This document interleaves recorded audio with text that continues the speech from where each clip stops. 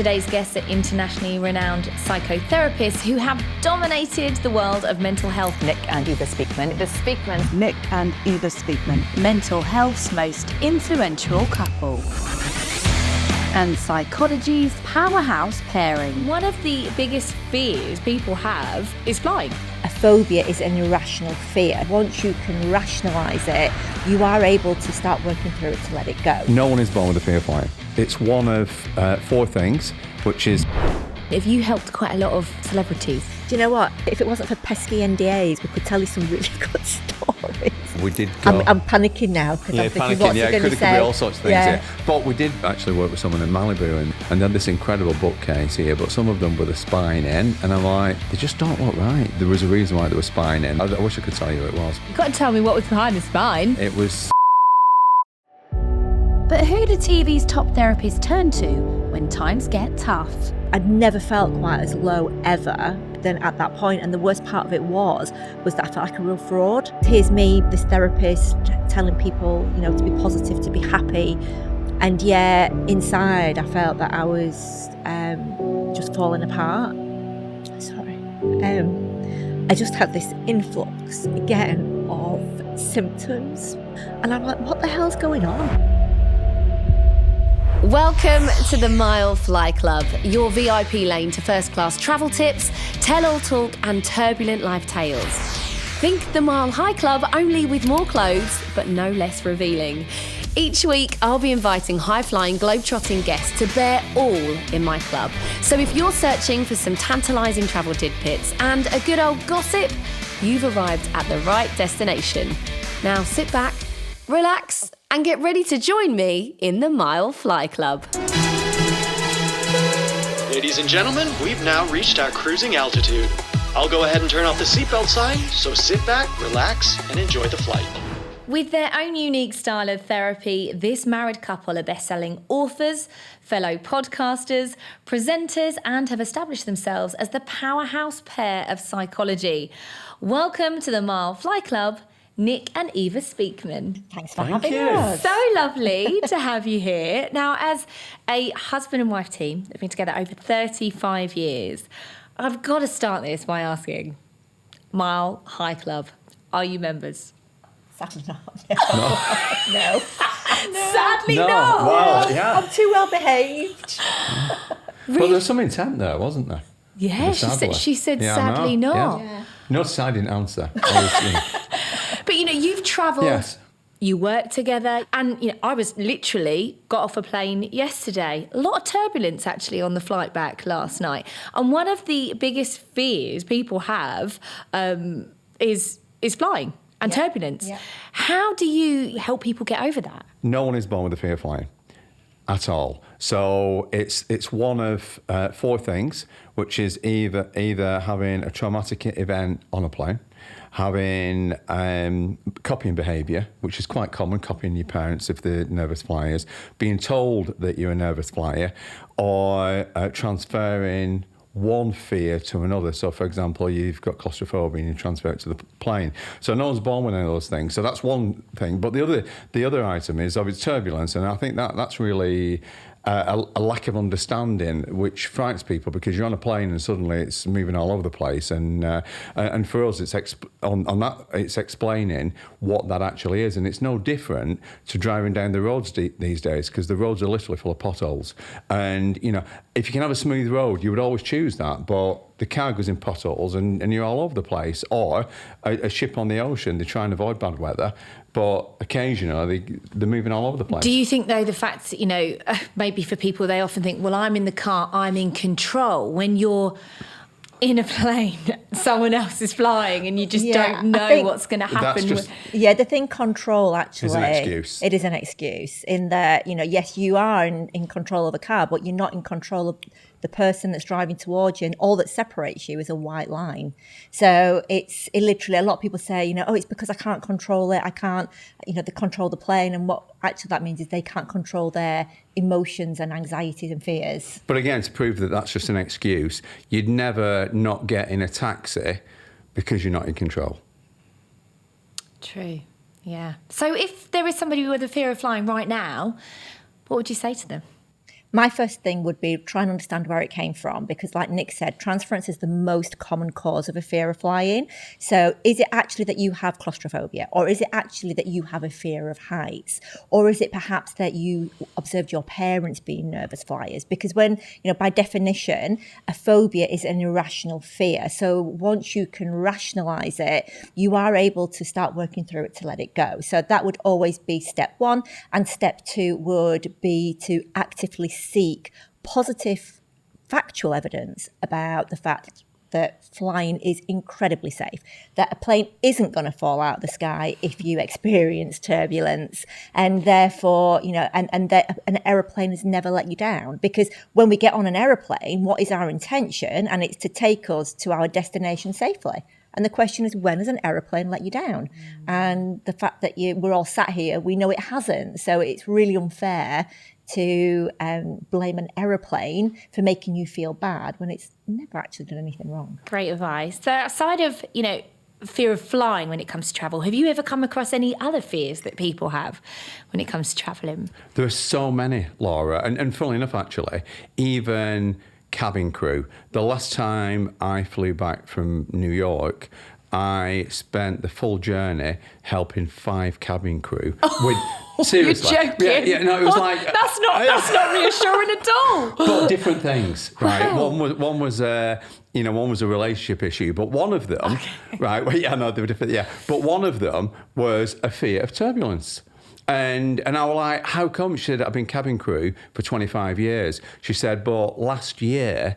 I was in the place where they sleep, and I didn't actually, I've never seen one of these places, but apparently when they're doing a shift and they're only allowed to do so many hours, they go and sleep, but it's like, it's really thin bed. Have you seen them? I haven't, but I can imagine. It was kind of explained like it was kind of a little pocket in the plane where you get into. It sounds quite like an MRI scan almost, that kind of thing. But basically, she was in this bed and they hit some really bad turbulence and she was in a really deep sleep and she'd just walk up and she was banging up, banging her head on the ceiling of this place and moving up and down. And she was absolutely terrified. And since then, it created this fear. And she said, I've got to be honest, she said, I will not go and sleep anymore. She said, so I'm doing double shifts and I'm having to drink loads of coffee and, it's not right, it's not good for my health and so on. And I helped all 5 of them get over their issues on a flight back from New York. So it's...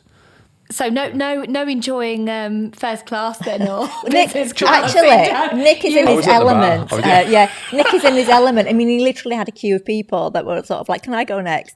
Literally, we can go in a supermarket and we have people coming up to us. I've got a fear of birds. I've got a fear of custard. I've got a fear of heights. I've got a fear. Moths was the last Moths was the last one. And so I'll go shop, Nick, and I'll meet you in a minute. Because when you can help somebody and it's not going to take a long time. If you feel you can, it kind of feels wrong not to. I'm sure that is, but do you not feel sometimes you just want to be able to like switch off and go and do your shop? I mean, you are highly recognisable, you're obviously in the UK, very well known, and your work's taking you to America as well. Yeah.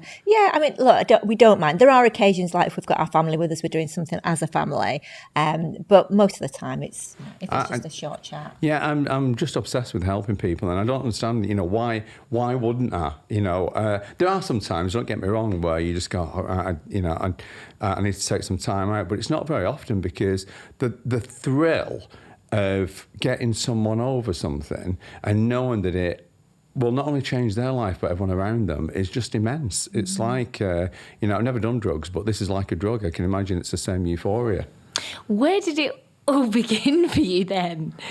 That would be Nick. Yeah, it was me. It's a long and probably a boring story, so you're going to have to edit this down, I assume. But basically, when here we go. Here we go on it. Honestly, yeah. I don't think you need the full story. I'll try and make it as brief as possible. So I was really ill as a child and with asthma, and because of that, I was constantly on medication. As a result of constantly being on the medication, which were antibiotics all the time, it damaged my bowel. And when I was 19, I started going to the toilet and losing blood. And I just thought, because no one talks about going to the toilet or anything like that. And I was really embarrassed about it and I didn't know what to do. And I thought it would go away, but it never did. And I collapsed. I ended up in hospital. I didn't realise my skin had turned grey.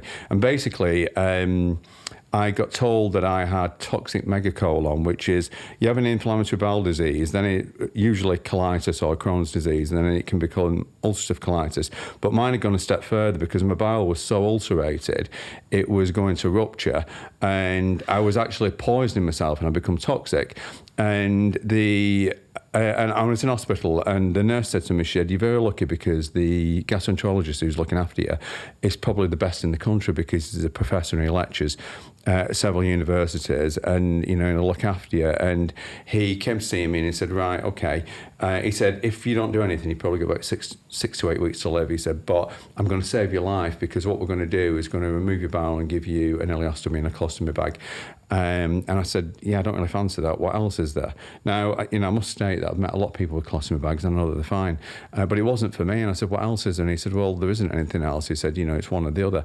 And fortunately, my dad I've been brought up with the belief that there is always an answer. You can always fix everything. And he always used to say to me that the answer to everything, the key to life is in the library. So I decided to sign myself out of the hospital, go in the library, and I started reading all the medical books because the gastroenterologist said bowels don't heal, which I just didn't sit right with me. But anyway, all the medical books said the same thing, bowels don't heal.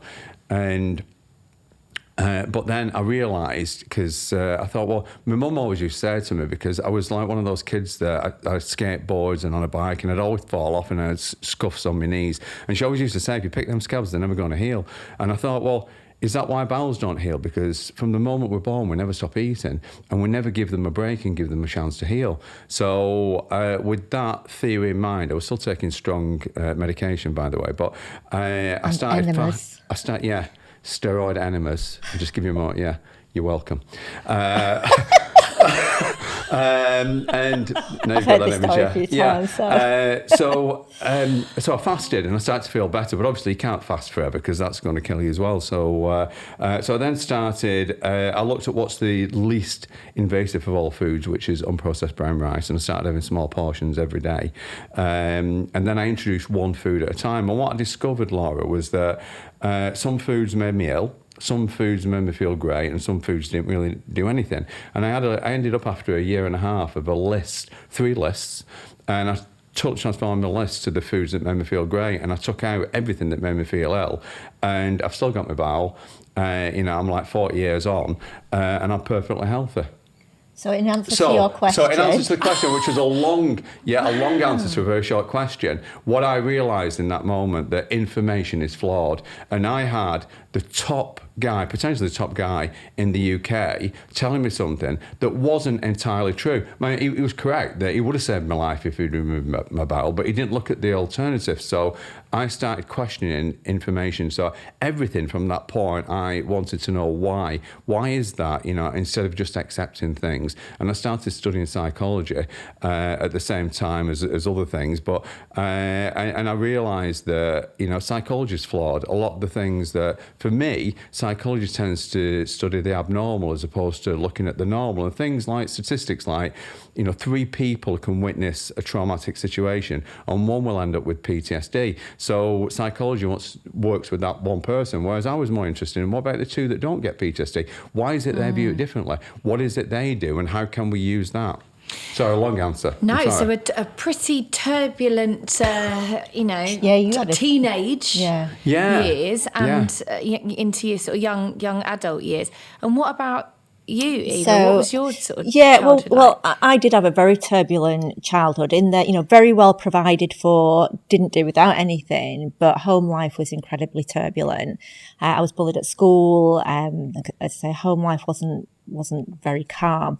And by the time I met Nik, and the way that I met Nik, incidentally, was that I was literally, I was like 20 years old, just got this You're 22, actually. And I was not. Honestly. I was 20, can I tell early you? 20-ish. Because I remember everything. Right, it was the 30th of August, 1991. Right, so... You were 22 and 5 months. Well, maybe. I don't know. Right. Anyway, So, by the by. let's be So precise. I'd got this new job, and I was there, you know, with this company car, and went back after a meeting to my car, and my car had been stolen, and I was absolutely mortified. And this is like I'm saying it was pre-mobile phones, which it kind of was. For most people. For most people. But Nick had one. I am not kidding. It was colossal. He had to have a briefcase to carry it in. No, actually, the briefcase was the battery. Yeah, I right? mean, imagine, do you remember Dom Jolly? That scene with the big phone? That would be hello? So I thought, oh my God, I'm not going to do. My car's been stolen. I was really upset. But I thought, well, I can't cry because, you know, I've got a suit and a briefcase. So I better act dead grown up. And I just went into this office, and I walked into this office and sort of explained my car had been stolen. Could I please use the phone? There's this guy sat behind the desk with a dodgy perm. That happened to be Nick. And Nick was like, so kind. He rang the police, he rang my dad, he drove me home, and this was a complete stranger, but he was just so nice, and he had one of his admin girls there, so please could you go and get her a cup of sweet tea, because I was really sort of shaken up, and that was that really. That was how we met. I didn't fancy him or anything, but I just thought, what a nice guy. And Nick was flying out to Florida the following morning in the early hours, which sort of made me think, gosh, even kinder, because like he knows he's leaving soon, but he made sure that I got home safely. So I did say to him, when you're back from America, I'm going to take you for lunch. And literally that was it. The minute we went for lunch, we started talking, and it was kind of whirlwind from there. We sort of became really good mates. And then very quickly, it just all fitted. But when I met Nick, Laura, in answer to your question, I was quite broken in that I had very low self-esteem, really hated myself. I had an issue with public speaking. I had phobias of spiders, heights, claustrophobia. I'd just kind of gone through an eating disorder. So I meet this guy who's like hugely positive and everything, no matter what, you know, if it was like, oh, it's raining, but luckily it's gonna water the plants, or, you know, I've got to go shop. Yeah. He always had something positive to say. Yeah. And at first I'm like, what planet are you from? But I was quite intrigued by this sort of positivity, because I had not witnessed that. And so when I met Nick, he always says that I was his first project, and it's been ongoing. Let's be honest. We just got on really well. But it was Nick that actually got me into psychology, and when he first started telling me about his philosophies on things, you know, about planning your life and things like this, I was like, yeah, it's a bit of crap. But I went with it, because, you know, you when you first meet somebody, you want to be polite, so I thought, I'll go with it. And everything he said was spot on. I'd never ever set goals before in my life, and suddenly these things, I seemed to be manifesting these amazing things, and it was all thanks to Nick, really. Wow. Very inspiring, very inspiring. And look, you mentioned Florida there, that you were flying off to Florida the next day. Florida has played quite a big part in your relationship. What was taking you to Florida then? Do you know what? It was really interesting, because my first job was in engineering, funnily enough, and I was a development engineer for this company. And when I went to Florida, I went for an engineering course, as it happens. But when I was out there, I just loved the weather. I just thought, I should be in a warm climate. I just love the weather. And I thought, I'm going to look for jobs over there. And I couldn't find anything in engineering. But I thought, right, okay. So I went and I studied and got my Florida real estate license. And then that sort of went on to getting a degree in real estate, and then a master's in real estate. And then I ended up getting a PhD in business administration in Florida. But all the time at the back of that, Laura, I was studying psychology, and we tend to listen to authority figures. And it always stuck with me that if I had listened to that gastroenterologist, I would have had a stoma. And I've spoken to so many people about them that you know, you can live with them, it's okay, but there's a lot of difficulties, and I thought that would have made such a difference to my life if I would have listened. But the big thing that came out of this for me is that we readily accept information off authority figures, and we don't challenge it. And one thing I'd like to share with everyone is that whatever anyone tells you, it's an opinion, right? It's an opinion based on their interpretation of what they've learned, right? And it doesn't make it right or wrong, right? And that was something, it's always stood with me and everything. And just one thing right, which was a really big thing that brought this home for me. When we bought our home, which is really interesting, that our first date we had in this fabulous hall. So it's a restaurant hotel, and we have our first date there. In the UK or America? No, in the UK. In the UK. And we sat there and we were just saying, wouldn't it be great to live in something like this? Because it's a very old building, didn't know that much about it. And this is back in 1991. And then in 2000, it came up for sale, and I was like, let's go and have a look at it. And he said, we've been there a few times since. But anyway, long story short, we ended up buying it. And that's where we live now. And that's where we live now. So we live in the building that we had our first date in, which is really sweet. Yeah, and I mean, it's a super cool building. It's 800 years old. And I think one of the coolest facts about it is that in the 1400s, the owners employed a scholar to tutor the kids. And that scholar was a man called William Tyndale. And William Tyndale translated the Bible into English. In our house. So the Bible that we read today is thanks to that William Tyndale. The William Tyndale translating the Bible from Hebrew into English in our home, which is like, whoa, that's which is like so super cool. We now interrupt your flight for a word from our advertisers. Looking for a smart and reliable way to travel? Choose Megabus. With over 100 destinations across the UK, Megabus makes getting there easy and affordable. Whether it's a quick getaway or a long-awaited adventure, Megabus has got everything you need for a smooth journey with comfortable seats, free Wi-Fi and great value fares. Save money by booking with Megabus and have more to spend at your destination. Book your journey today at uk.megabus.com. Megabus, smart travel made simple.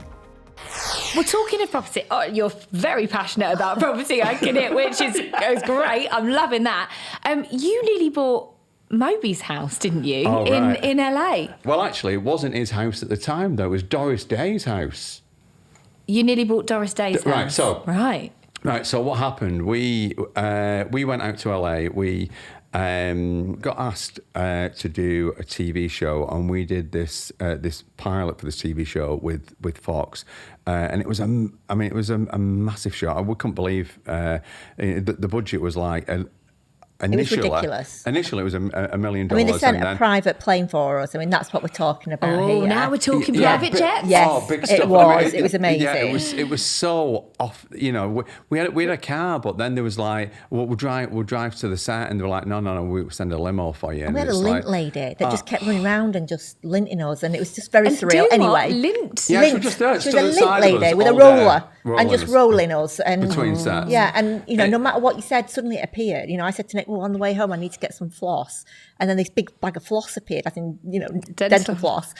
However, so we were out there, we'd got asked to do to film this pilot. Was this before your TV career had launched in the... It was near the beginning, wasn't it? It was 2000, I think it was 2000, late 2010, early 2011, so it was a while ago.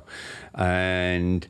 We'd actually done a TV show before that, and we did 2 series, and it did really well. But the production company who made it went bankrupt, and they owned the rights to the show, and we couldn't carry on doing the show, and also we couldn't carry on doing anything of that ilk for 2 years, which is why we were like, okay, well, let's go and do something in America. So we're doing this this pilot for Fox, and the show's going to be called Panic Attack, and it's people with extreme phobias, and at the end of the show they've got to do something that someone without that phobia would never want to do. So yeah, for example, we had 5 people with a fear of heights, like that was very severe, even down to not being able to, one of the ladies wasn't able to wear heels, one of them had to move onto a ground floor property. However, at the end of the series, we had to get them ziplining from one skyscraper to another in downtown LA. So, I mean, we just loved LA, and we started looking at property out there. And then we came across this most magnificent and beautiful property, didn't we? Yeah, it's a fabulous property, and it's near, it's on the edge of a reservoir near Hollywood, near the Hollywood, overlooking the Hollywood sign. It's called Wolf's Lair. and it was owned by Doris Day, and we looked round it and we were like, oh, this is amazing. And the market over there was quite depressed at the time, and I mean, it seemed really good value for what it was. And we were like, right, okay, if this show goes where we want it to go, we're going to buy that property and we're going to move there because we're going to need to, because this is going to be a big thing. And actually the production company that we were working with were the ones who set Gordon Ramsay onto his career in America. So it was like, this is going to happen, this is going to work. And we had the reality guru of the world, a guy called Mike Darnell, who created American Idol, and he was like, this is going to be the next best show. And then we did the show and it was amazing. And then he left. And it was just like, he left Fox and someone else came in and it was like, yeah, we're not looking for that type of show. And it didn't happen. So we never bought that property. And then at the time we were looking at it, so was Moby looking at it. And he ended up buying it. He did. So, yeah. And then, I don't know, 5 years, was it like 10 years later, he sold it and made a massive profit on it. But anyway, there you go. One of those things, and what a One story of those there. things, yeah. But you still love LA. I love it. You Love still, it. and you got married there. We got married in Florida, actually. You got married in Florida. We were together for like 5 years. Nick asked me to marry him. And I wanted, because I'm Polish, I wanted a traditional Polish wedding, which meant a big white wedding. And the tradition with the Polish wedding is that... Hundreds of people. Loads of people. Bride's father puts so much money behind the bar and the wedding continues until... it's all gone. And that's what I wanted. Whereas Nick was like, I want to get married in Florida. And his best friend happened to live in Florida, who he wanted to be best man, and he couldn't travel. So we ended up going, do you know what? Let's just do both. So we actually got married on Sanibel Island in Florida, which was just beautiful. Our friend Frank, who wasn't able to travel due to sadly having been shot, and therefore he was paralyzed from sort of chest down, and he was able to be our best man, which was wonderful. And then we went on a honeymoon to St. Lucia, which was just fabulous. And then from St. Lucia, we came home again, and then we did the whole Polish wedding. We had 380 people there. Again, at a wedding, in a Polish wedding, you don't do kind of a daytime and an evening. It's everybody kind of just turns up, rocks up together. So we had 380 people, and the wedding went on for 3 days. We bailed after day 2. Wow. Why did you honeymoon in St. Lucia? It was just somewhere St. Lucia was always somewhere that I'd wanted to go, wanted to visit. And because, to be honest with you, because when we did, it was like a package thing, this wedding that we did, and they arranged the whole thing for us. And St. Lucia was somewhere I'd always wanted to go. And we went, and it was just stunning. I loved it. Absolutely beautiful. Our favourite place, my Frankie, who was our best man at the wedding, was originally from Hawaii. And we've been to Hawaii a few times and absolutely love it. I've never been to Hawaii. Do you know what? Hawaii is beautiful because the climate is fantastic. The people are just amazing. Obviously, it belongs to America, so you've still got that kind of vibe of the sort of modern restaurants, etc., and that kind of vibe. But it is just stunning, like crystal clear waters. I think if we were going to retire, that would be the place we would go. Oh, it's Hawaii. on my list. I want to talk about your children, because you've got 2, haven't you? Yes. Liv and Hunter. And Hunter's actually in Massachusetts. He is, yeah. So our son Hunter, he decided he's always been really into biology and the human body and science, and he's currently studying medicine. So he wants to be a doctor. And he's in Massachusetts.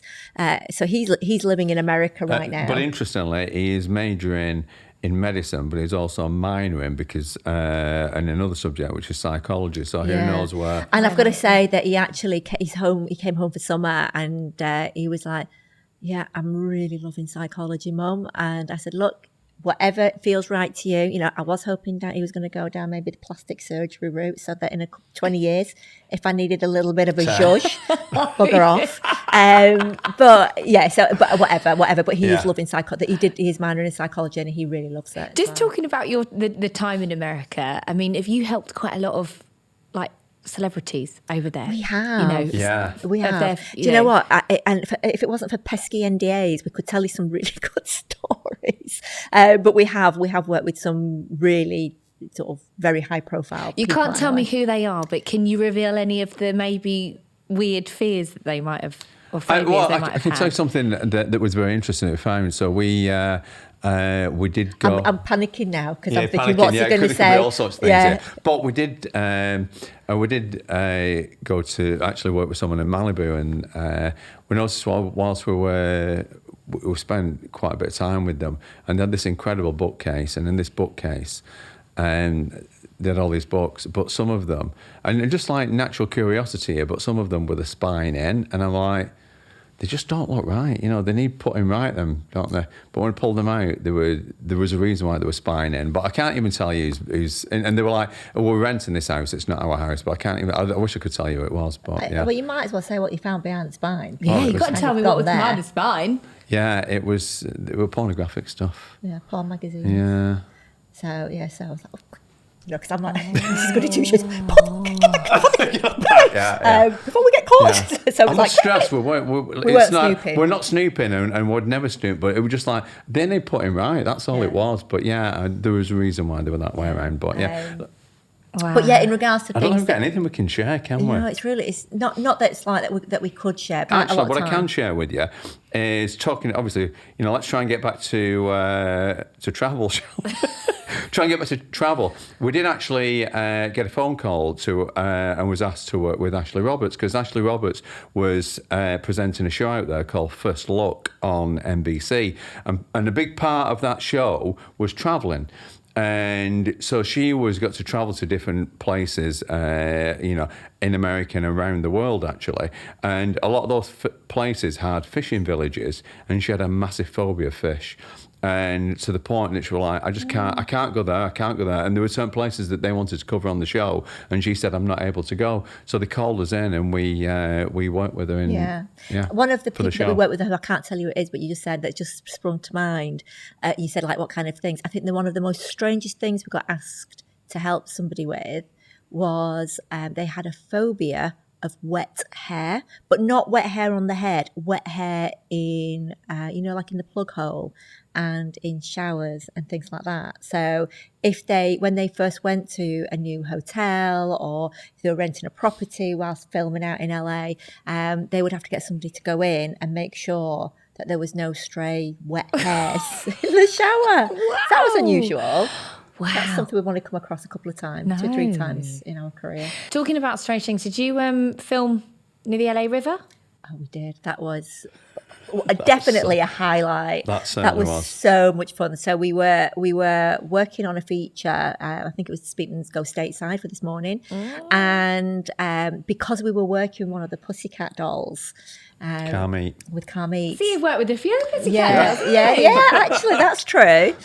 We went down to the LA River to film like a music feature. It's the first time I've done anything like that, and it was so much fun. But it was really cool. I must admit, I have seen it, and it's brilliant. It's bloody brilliant. Thank you were not. Yeah. You were too. It was so much fun. And it's like something we've never done before, but absolutely loved it. It was great. You mentioned, going back to sort of where we were first chatting, that you were Nik's first project. Yes. With the things that you've, kind of have struggled with in the past. You've been quite open, I think, talking about perimenopause. Yes. And menopause. Yes. As a woman who is 42, and I guess I'm going to be coming into perimenopause if I'm not already. I don't know much really about it. What advice would you give? Okay, so I didn't know much about it either. And the only reason that I found out that I was in perimenopause, Laura, was because my hair was falling out. And, and my concept of menopause was always hot flushes and your period stop. That's what I thought, but I had neither of those things. And it was because of hair loss and like really severe joint pain. And I kept going back to the doctors and like, oh, there's nothing wrong with you. But I was really persistent. So my advice to anybody would be persistent. And the second thing that my bit of advice would be to go to menopauscharity.org and look on their website. They have a symptom checker on there, and look for the symptoms, because you'd be quite shocked at the symptoms of perimenopause. So for me, it was weight gain, hair loss, sort of my mood changed. I felt very low, and like I said, my periods, hot flushes, none of that at that time. So I'd never felt quite as low ever in my life, I don't think, than at that point. And the worst part of it was that I felt like a real fraud, because here's me, sort of this therapist, telling people, to be positive, to be happy. And yet inside I felt that I was just falling apart. I couldn't, my concentration was horrific. I struggled with remembering people's names. There was one point where I thought, I've got some sort of form of Alzheimer's here that's happening at early onset because of my memory. And so eventually I did find out that I was in perimenopause, and that was a blessing. And then once I found that out, and I did go on HRT. I know it's not for everybody, but it was amazing for me. And literally, I just got my life back. And that was a few years ago. And did you you've obviously bounced off of Nick in that time as you did when you first met? Yes, I did. The only difference this time, was a bit different. It was a bit different in that. So when I first met Nick and I bounced off him, I wanted to hear what he had to say, whereas this time I kind of didn't. It was like an apathy, I don't really care about anything, not even myself. And it was just like my head had been invaded, and I didn't have any control over my emotions. And then, like I said, I got through that. But one thing I didn't expect, which is something that just happened quite recently. So I have been championing, I've got through it. It's amazing. You can get through it too. And then sort of earlier this year, I just had this influx again of symptoms, weight gain, again, the memory thing, really grumpy, joint pain, I can't sleep. And I'm like, what the hell's going on? I'm taking hormones. What can this be? And again, you do sort of, because you are already on HRT, there is this kind of, well, you're already on HRT, so we're doing everything. But I was kind of like, no, there's something not quite right here again. And what I hadn't appreciated is that when you're going through perimenopause, you are still producing some hormones, but it's in peaks and troughs. So, what I hadn't realised was that when you actually do get through it, then the production of those hormones is just fully stopped. And I've not evaluated since then. And literally just within the last few days, I've spoken to a consultant about it and just said, I really need your help because this is not right. And they sort of said, look, this is pretty common. But nobody told me that it was pretty common. So I didn't expect this. I was flying high, and then suddenly felt like I fell on the ground with a thump. And again, you sort of feel like a bit of a fraud because you've been sort of going on about, rah, rah, rah, you can get through perimenopause. And then I've hit the ground again. But yeah, I'm now starting to pick myself back up again. And I am starting to feel, even knowing that this is actually a fairly normal thing. And now we're evaluating both my hormones and the administration of those, because again, I didn't realize, there's tablets, there's gels, there's sprays, there's patches. So I'm having a shift to that. So yeah, I'm on the right track again. It sounds like it's a turbulent time for you. It is. Would you say this is sort of the most turbulent time in your life so far? I mean, I think is it the most turbulent? I mean, in my adult life, I would say right now, yes, because so you sort of feel that you're doing so well, and literally life was great, and then suddenly I feel like I've just taken this nosedive, and because of menopause, and I mean I had to apologise to Nick last week only because I just said, look, I know that I am being really, really difficult, because I'm very zen, but I was picking at literally everything and anything. And I've got to say, he is pretty amazing because he is so patient, so tolerant. He just, whatever I was moaning about, he just let it bounce off him and didn't pick up on it. And but I did apologise to him, and I think it was vocalising that apology and facing the fact that what's happening right now is not acceptable.